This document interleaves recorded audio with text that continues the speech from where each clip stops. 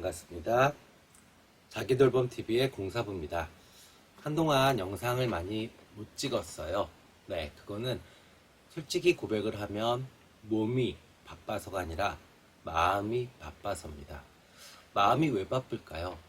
좌절하고 다시 용기를 찾는 과정들, 그리고 번뇌와 망상과 그 과정에서 중심을 찾아가는 과정이 마음을 바쁘게 만들겠죠.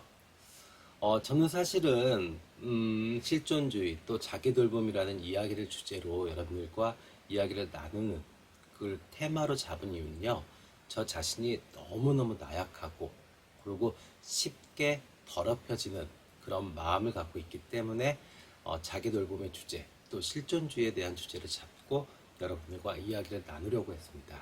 그래서 앞으로도 계속 완벽하진 않지만 조금씩 좋아지는 그런 도반으로서의 역할을 충실히 하겠습니다. 네, 저 또한 한동안 절망에 오랫동안 젖어 있었습니다. 해도 답이 없고 일은 점점 더 많아지는데 사건 사고는 점점 더 커지고 이거라도 잡았으면 좋겠는데 요거에 애정을 갖고 있으면 이거마저 누군가가 뺏어가고 또 그럼 이거 아닌가 보다. 그럼 이거를 잡아야지. 그럼 또 이거마저도 누가 뺏어가고 또 흐트러뜨리고 비난하고 뭐 이렇게 되는 과정들이 있었어요.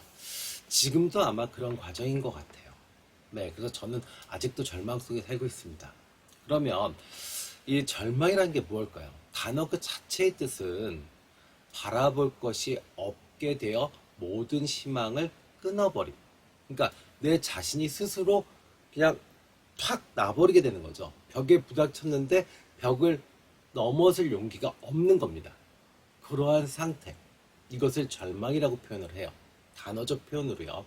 또 실존주의에서는요, 인간이 극한 상황에 직면하여 자기의 유한성과 허물성을 깨달을 때의 정신상태라고 이야기를 합니다.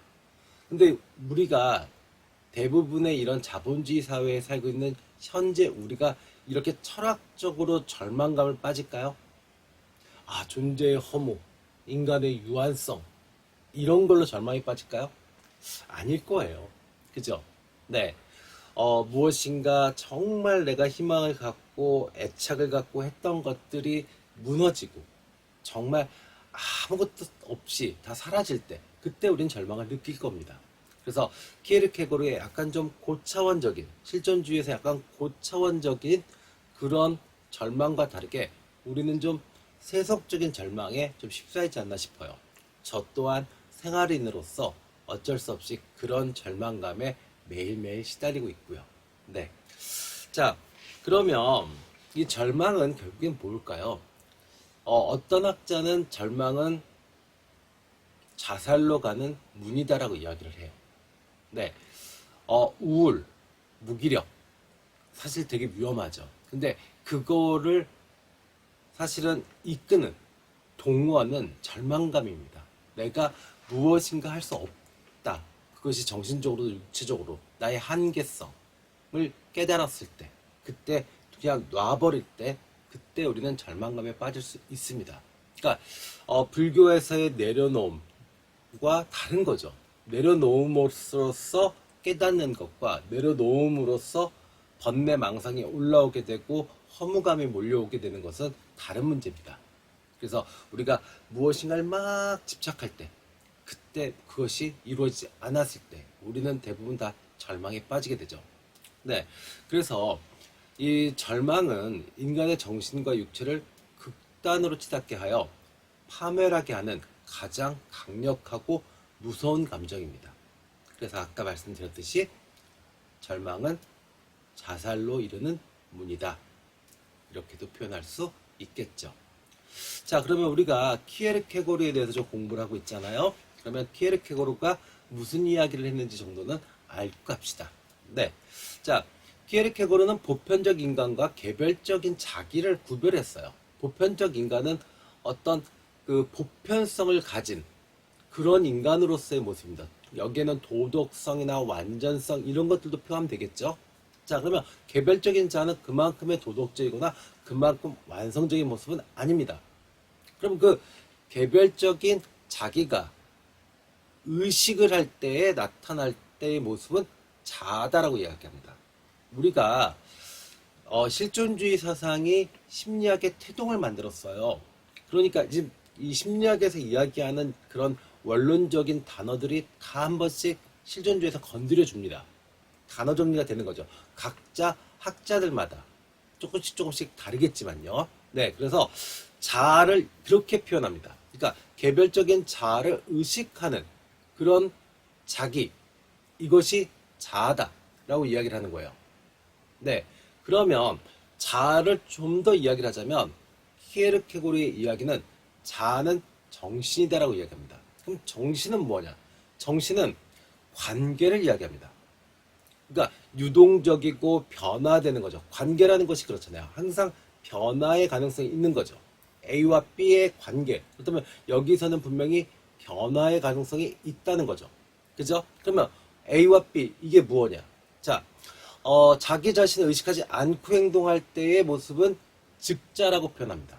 그러니까 예를 들자면 이거죠. 하늘이 파랗다. 예, 이렇게 느낍니다. 이제 그걸로 끝났어요. 그건 즉자입니다.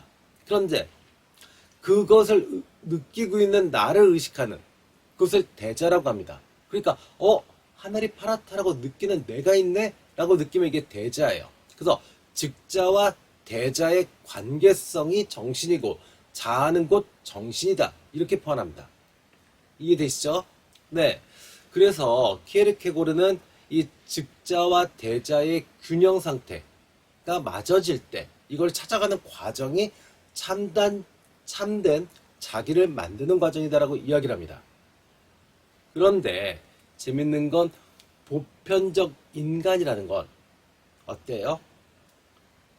모순의 조합이죠.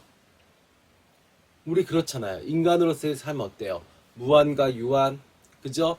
그 다음에 시간과 영원, 또 자유와 필연, 육체와 정신, 이렇게 모순되는 것들이 결합되어 있는 상태죠. 이것을 노자는 이렇게 표현했죠. 가합의 상태다. 네, 모순되는 것들이 일시적으로 결합된 상태, 그것이 삶이다라고 이야기했어요. 이것을 키에르케고르는 보편적 인간이 절망을 느낄 수밖에 없는, 그러니까 개별적인 인간이 보편적 인간으로서 가는 과정에서 절망을 경험하게 된다. 그렇죠? 우리가 그냥 살아갈 때는 몰라요. 개별적으로 내가 살아갈 때는. 그런데 무엇인가 보편성을 추구하거나 이럴 때는 분명히 절망감을 느끼게 됩니다. 이 모순을 느끼게 되죠. 그래서 키에르케고르는 이 모순을 극복하는 가장 큰 힘은 신앙의 힘이다라고 이야기를 했습니다. 네, 어떤 그 절대신의 어떤 그에 대한 믿음, 이것을 통해서 모순을 극복할 수 있고 완전한 자기, 완전한 인간의 모습을 가질 수 있다라고 이야기를 했습니다. 이거는 신앙인들한테는 참 좋은 이야기 같아요. 그죠? 인간 자체가 완벽하지 못하고 모순된 존재이니 당신께 내 맡김으로써 나의 어떤 완벽한 존엄성, 완벽한 인간성을 추구한다. 이거 좋은 이야기죠. 네. 근데 여기서 키에르케고르는 하나 더 지적합니다. 그러려면 죄의식을 느껴야 된다. 부끄러움을 알아야 된다. 왜요? 현대인들이 종교를 잘 안 믿습니다.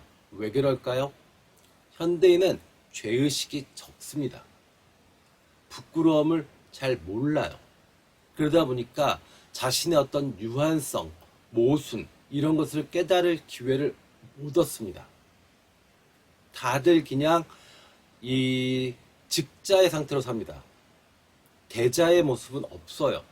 이러다 보니까 도덕적으로 더욱더욱 혼란스럽고 인간의 삶은 더욱더욱 각박해지고, 그리고 계속 물질, 그죠?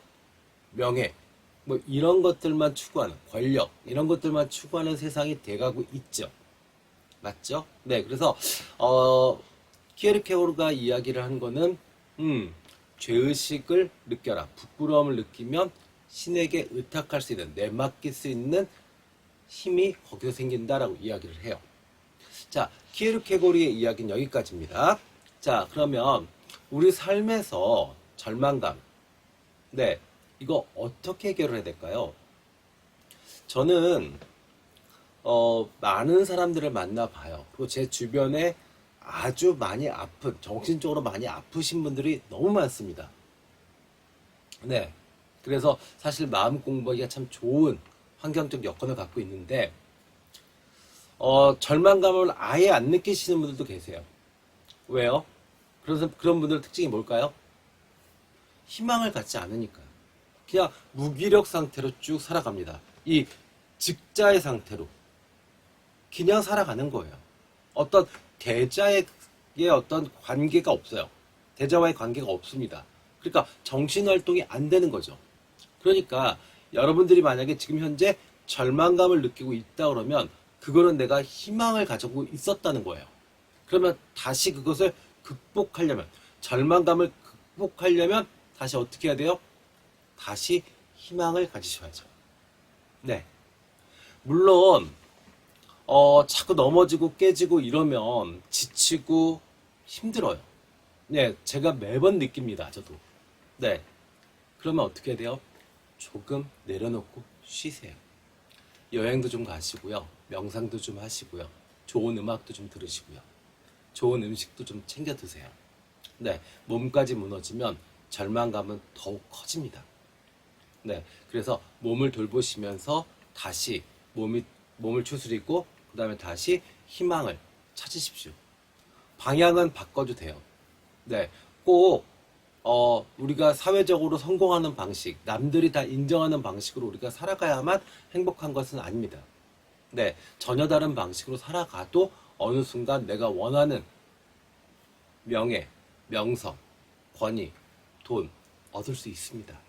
그러니까 지금 현재 희망을 가졌던 것은 분명히 내가 좌절이 됐다고 해도 언젠가 다시 얻을 수 있습니다. 그것이 방향이 바뀔 수 있을 뿐이죠. 아셨죠? 네, 그래서 오늘 아주 좋은 주제입니다. 제가 한 달가량 저 외의 주변 상황으로 인해서 심하게 느꼈던 절망감, 네, 이것도 여러분들과 한번 나눌 수 있어서 좋은 계기가 됐습니다. 네, 다음 시간에 찾아뵙겠습니다. 지금까지 공사부였습니다. 감사합니다.